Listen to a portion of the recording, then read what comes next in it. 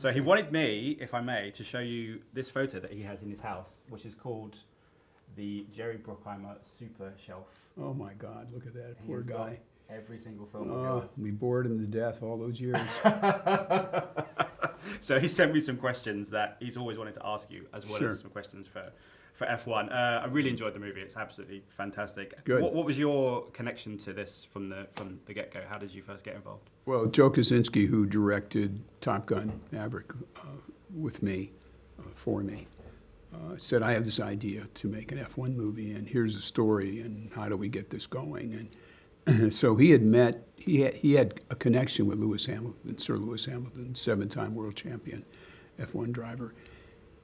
So he emailed him and said, we have this idea we'd like to pitch to you. And we met him for lunch, and we said, we want to make this movie. Here's the story. It takes place in the world of F1. Would you be an advisor or producer with us to make this movie? And he said, I'd love to.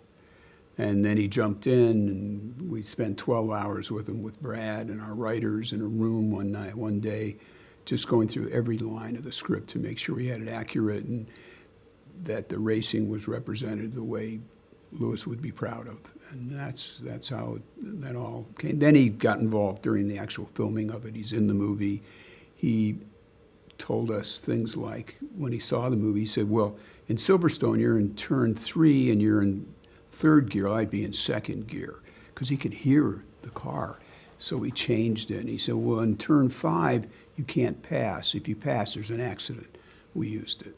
I mean, so everything that he gave us and corrected us throughout, not that this is a documentary, because it's not. It's an immersive, entertaining, fun movie that we hope the F1 fans will enjoy it as what it is. Just a great, immersive film about their sport with our characters running through it. How much, in terms of pathfinding for you and for Joe, was Top Gun Maverick because of the way that you made it, and you along with Tom purposely took your time to make sure the technology was right and you could do the things that you guys wanted to do? Do you think you would have been able to make this if you hadn't made Top Gun Maverick the way that you made it? I think it certainly helped. The cameras were a third smaller. Joe found 15 camera angles on the car that we build mounts for. He'd do 4 at a time. We trained Brad and Damson for 4 months. They gave up 4 months of their lives to be able to drive these cars. They're very difficult. They're very fast. They were going 180 miles an hour and then breaking down to 50 in the corners and the turns. They're taking 5 Gs. They gave up a lot to make this movie, so it took a real commitment from both actors to be able to do what they're doing in this film. Obviously, Top Gun Maverick was so amazing for Joseph, and obviously he made Tron Legacy before that and a few other movies. For you as a director, what's unique about him that makes him be able to do these? He was trained as an engineer. He's an architect. He's extremely precise. He storyboards everything. Everything is storyboarded. So when you go on the set in the morning, there's a board that's up there with all his panels of what they're shooting that day and what he's got to accomplish. The actors know what's going on. The crew knows what's going on. There's no guesswork. It's precision, how he moves through everything. And it's no helter-skelter. It's, even when we're on the track, when we're in front of 140,000 fans at Silverstone at the very beginning, where we have a scene with Javier and Brad, and Tobias, was all planned. It was rehearsed for 2 days, because it was right before the race. So the cars are going to take off. We have our 6 minutes, and we're done, and we're gone. And the whole movie was made that way. We shot in between practice and qualifying at 9 different tracks. So we had kind of carte blanche from F1 within their schedule to shoot, but we had to be, when they say you're finished, you're gone. And sometimes we got no time, because things happen during a race. But it's not a documentary. It's not supposed to be the most accurate F1 movie. It's supposed to be the most entertaining F1 movie. That's what we try to do. We want to entertain people, immerse them in that sport, and make you feel like you've had a real experience. And I think that's what this movie does. It's romantic, it's funny, it's got phenomenal action, and it's a great date night movie. When we previewed it, you know, and you have a blind preview where the audience has no idea what they're about to see. One woman, after the movie was over, said, when I heard the name of the movie, I wanted to get up and leave. I couldn't care anything about racing. And after she saw it, she said, I rated it excellent. I'm telling my friends to go see it. I loved it. Brad's amazing. So that, and then we asked the audience, that we had a focus group afterwards, and we asked them, the first question, there were 20 people, we asked them, how many of you have seen an F1 race or heard about F1? One hand went up.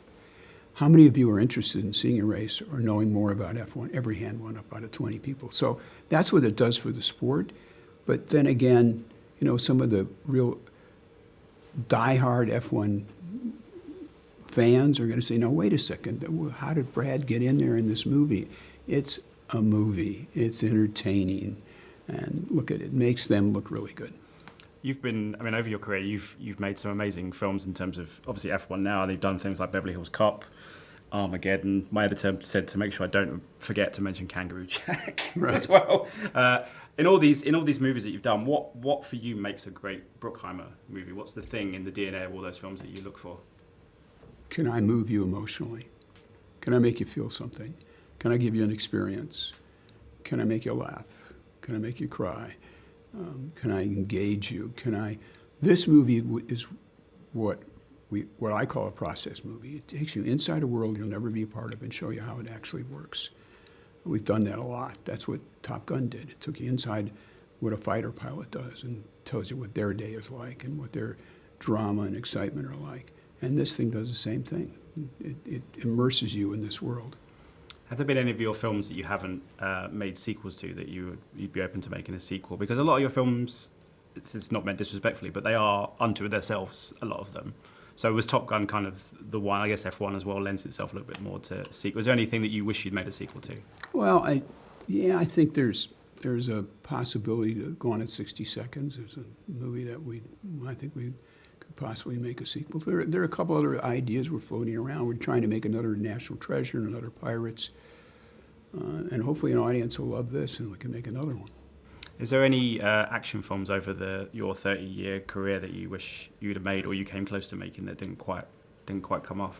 I think there are films that we haven't made yet that we will. That's what's next. There's lots of talk. I mean, for me personally, I hope you make a National Treasure 3 because I speak for a lot of people. I think that is such a great franchise. Obviously, you've spoken about, there's been a lot of talk about Days of Thunder 2. Do you think F1 and again Top Gun kind of lends itself to maybe going back into Days of Thunder and looking at that film a little bit differently and producing it a little bit differently We're doing it. Tom actually wants to make another one. So we're talking to him about it. So he's going to have to get back in there. Yeah. In the different. I can't wait for him to see this. I mean, I think he's going to really be excited by this, and it'll make him even more excited about making another Days of Thunder, because the cameras on Top Gun, now they're a third smaller, and we put 15 of them around our F1 car, but only 4 at a time, so we didn't slow the cars down. So we just see how immersive that makes you feel. We created a remote camera that had never been done before, where we had antennas all around the tracks, where we can pan from Brad's face to the car passing him, or go have another driver and then pan back to him, which makes the movie even more exciting. It's so immersive seeing those sequences, because you clearly, when I was watching it, in your head you're thinking, they've tricked me somehow, but actually you're not tricking me. It's just these amazing cameras. No, when you see Brad in the car, he's in that car going 180 miles an hour, hitting those turns.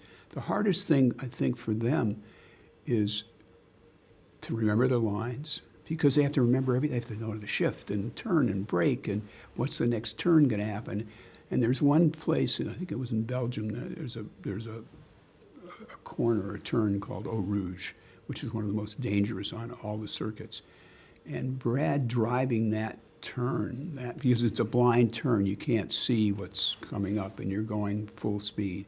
And when he got to the top of it and made it without spinning out, he had a big smile on his face, and Joe's yelling at him, "You're not supposed to smile." Movie making, eh? Yeah. Jerry, absolute pleasure to talk to you. Thank you so much. Ladies and gentlemen, you're watching Hey You Guys! Hey, you guys! Hey, you guys! I Hey, that's what they all say. Hey, you guys! Hey,